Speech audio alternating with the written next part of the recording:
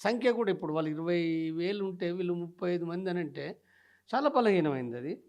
కాబట్టి ఇప్పుడు అది 17వ తారీఖు వచ్చిన విషయం వీళ్ళకి తెలుసు. చుట్టుముడుతున్న విషయం తెలుసు. తర్వాత తిరిగి వాళ్ళ నుంచి వెళ్ళిపోయిండ్రు. మళ్ళీ డేరా మార్చిండ్రు. డేరా మార్చిన తర్వాత కూడా 19వ తారీఖు పోలీసు బలగాలు వీళ్ళున్న ఊరు దగ్గరకొచ్చేసారు.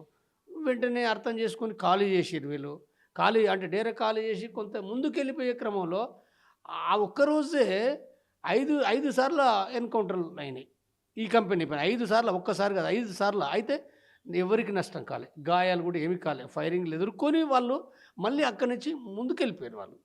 ముందుకెళ్ళిపోయిండ్రు. మళ్ళీ 20వ తారీఖు ఒక కాడ ఆగిండ్రు.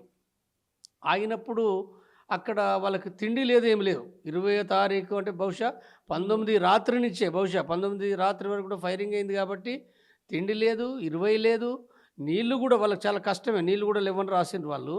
కాబట్టి ఇలాంటి పరిస్థితిలో వాళ్ళు చుట్టూ పూర్తిగా వాళ్ళు 20 తారీఖు ఎక్కడైతే ఉన్నారో వాళ్ళకు నలువైపులా చాలా దగ్గరగానంటే అర కిలోమీటర్ దూరం కావచ్చు, లేకపోతే అంటే గజాల దూరం లోపట కూడా పోలీస్ బ్యాచ్‌లు మోహరించారు.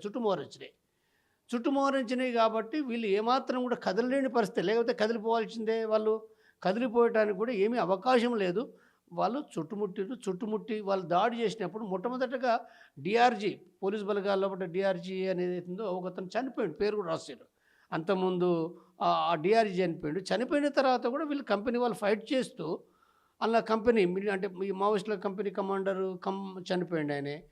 తిరిగి మళ్ళీ అంటే ఆ చుట్టుముట్టిన వేలాది బలగాలను ఛేదించుకుంటూ అంటే దానికి మార్గం ఇంకా వేరేం లేదు. ఉన్న దాంట్లోపట ఫైరింగ్ చేస్తూ చచ్చిపోతుంటోళ్ళు చచ్చిపోతూనే ఉంటారు. బతికినోళ్ళే బతుకుతారు. అంటే కాల్పులు చేస్తూ వెళ్ళిపోతున్న క్రమం లోపట అంటే పోలీసు బలగాలు వాళ్ళకి భయం ఉంటది కదా! చచ్చిపోతూనే ఉంటది కాబట్టి కొంత చా జాగిస్తారు. తప్పదన్నట్టు. కాబట్టి అట్లా వాళ్ళు ముందుకు పోయే క్రమం లోపట 7గురు తప్పుకున్నారు వాళ్ళు. అయితే 7గురు తప్పుకుంటున్నప్పుడు మిగిలిన ఏదైతుందో ఇంకా 28 మంది ఆ! వాళ్ళు కరెక్ట్‌గా దాన్ని ఫాలో అప్ కాలే. అంటే కొంతమంది చనిపోయి ఉంటరు. కానీ సరిగ్గా అది కాలేదు. అది కరెక్ట్ కాని పరిస్థితిలో చివరికి వాళ్ళు ఛేదించలేకపోయారు మిగిలిన వాళ్ళు చనిపోయిండ్రు. చివరికి మనకు బసవరాజు ప్రాణాలతోటి అంటే వాళ్ళు చెప్తున్న దాన్ని బట్టి కూడా ఏందనంటే ప్రాణాలతోటి దొరికిండు. గాయం ఏమీ కాలేదు ఆయనకు. మిగిలిన వాళ్ళు కొంతమంది చనిపోయిండ్రంటే వాళ్ళు గాయపడి కొంతమంది దొరకొచ్చు. గాయపడ్డప్పుడు కూడా ప్రాణాలు ఏం పోవాలని ఏం లేదు కదా! అందరూ చనిపోరు కదా!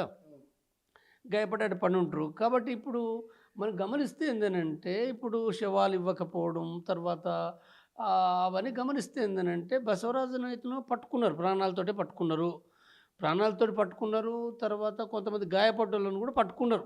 ఎవరిని పట్టుకున్నారో మనకు తెలవదు కానీ మిగిలిన వాళ్ళని కూడా పట్టుకొని ఉంటారు. అంటే ఎందుకు పట్టుకుంటారు అనంటే రహస్యాల కోసం. రహస్యాలు అంటే రకరకాల రహస్యాలు చెప్పమని చెప్పి అంటే ఇప్పుడు ఎక్కువ కొట్టడం అంటే హింస పెట్టడం ఎందుకు? హింస పెట్టడం ద్వారా ఎక్కడో అక్కడ బలహీనపడి చెప్తారు కదా! కాబట్టి అట్లా వాళ్ళు చేసిండ్రు. ఎప్పుడు చంపిండ్రు బసవరాజును అనేది అంటే వాస్తవంగా మనకు రిలీజ్ ఆనాడు చేసిందైతేనో అంటే 10, 11 గంటలకు వార్తొచ్చింది. బహుశా అంటే నేను ఖచ్చితంగా చెప్పలేను గానీ 10 గంటలకు చంపకపోయి ఉంటారు వాళ్ళు. వాళ్ళ చేతిలో ఉండి చంపినాం అనే విషయాన్ని వార్తను ప్రసారం చేసిండ్రు. ఇంటరాగేట్ చేసి అంటే సాయంత్రం కదా వాళ్ళు ఫోటోలు రిలీజ్ చేసిండ్రు. సాయంత్రం రిలీజ్ చేసిర్రు. కాబట్టి చంపిన తర్వాత అప్పుడు ఫోటోలు రిలీజ్ చేసి ఉంటున్నది అనిపిస్తుంది. అంటే ఏదైనా సరే ఇట్లైనా అట్లైనా ఏదైనా వాళ్ళు ఇప్పటిదాకా వారం రోజుల వరకు కూడా శవాలు ఇవ్వకుండా వాళ్ళు కాల్చేయడం గమనిస్తే ఏందనంటే వాళ్ళ చిత్రహింసలు బయటకొస్తాయి. అంటే పట్టుకొని చంపిండ్రు అనేదేసిందో ఇది మీ మీ అంటే మీ ఎక్స్‌పీరియన్స్‌లో ఇప్పటివరకు మీ అనుభవంలో ఎటువంటి సంఘటనలు జరిగినాయంటే, ఒకవేళ నిజంగానే పట్టుకొని కాల్చినా, చిత్రహింసలు పెట్టి చంపినా, ఆ శవాల్ని గతంలో ఇట్లా కాల్చేసిరా? లేకపోతే ఆ కుటుంబాలకేమైనా అప్పజెప్పిన సందర్భాలున్నాయా? ఇప్పుడు ఇది ప్రపంచంలో మొదటిసారి ఏం కాదది. భారత